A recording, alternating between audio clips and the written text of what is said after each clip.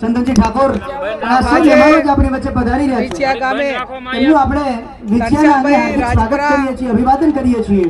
આ તકે એમનું પોતાનું મર્ડર થયું, કોઈ નાનો નથી, કોઈ મોટો, એ પરિવારને ન્યાય મળે। સમાજનો દીકરો સૌ સમાન। મર્ડર કર્યા પછી પણ જે આરોપીને પકડવાનો હોય પકડ્યો, એ વાત બરોબર છે પોલીસ તંત્રની, પણ જે ખોટા કેસો કર્યા એ કેસો 93 થી વધારે યુવાનો ઉપર ખોટી રીતે એફઆઈઆર કરી ભૂતકાળની અંદર અનેક સમાજોના કેસ પાછા ખેંચાણા, જેના ખેંચાણા એની સામે અમને વાંધો નથી, પણ કોળી સમાજના યુવાનો ઉપર જે ખોટી રીતે ફરિયાદ દાખલ કરીને એમને હેરાન કરવા માટેનો પ્રયત્ન કર્યા, એના માટે કરીને વિરોધ પક્ષના નેતા અમિતભાઈ ચાવડાના નેતૃત્વ હેઠળ આજે કોળી ઠાકોર સમાજના આગેવાનો આ સમાજને હૂંફ મળે અને જે અન્યાય થયો છે એમને કઈ રીતે સરકાર તરફથી પોલીસ તરફથી ન્યાય મળે, એના માટે કરીને આજે બધા આગેવાનો આ વિછિયા ગામની મુલાકાતે અને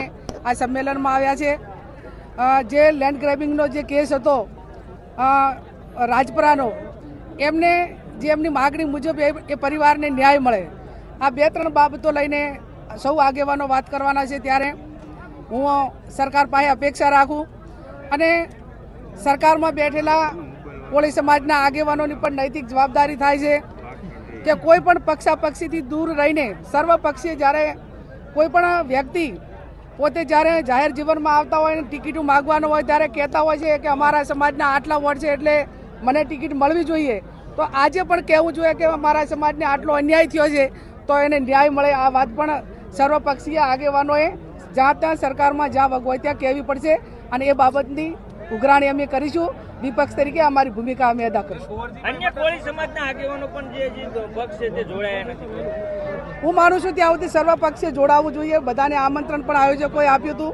આ કોઈ પક્ષનો પ્રોગ્રામ નથી, માત્ર જે અન્યાય થયો છે અને ખોટી એફઆઈઆર દાખલ થઈ છે, આ પરિવારોને યુવાનોને ન્યાય મળે એ માટેની સમાજની માગણી છે અને સમાજની માગણીને જ્યારે ન્યાય અપાવવાનો હોય ત્યારે સર્વપક્ષીય આગેવાનો હાજર રહ્યા હોત તો સમાજને પણ એનું મનોબળ મળોત।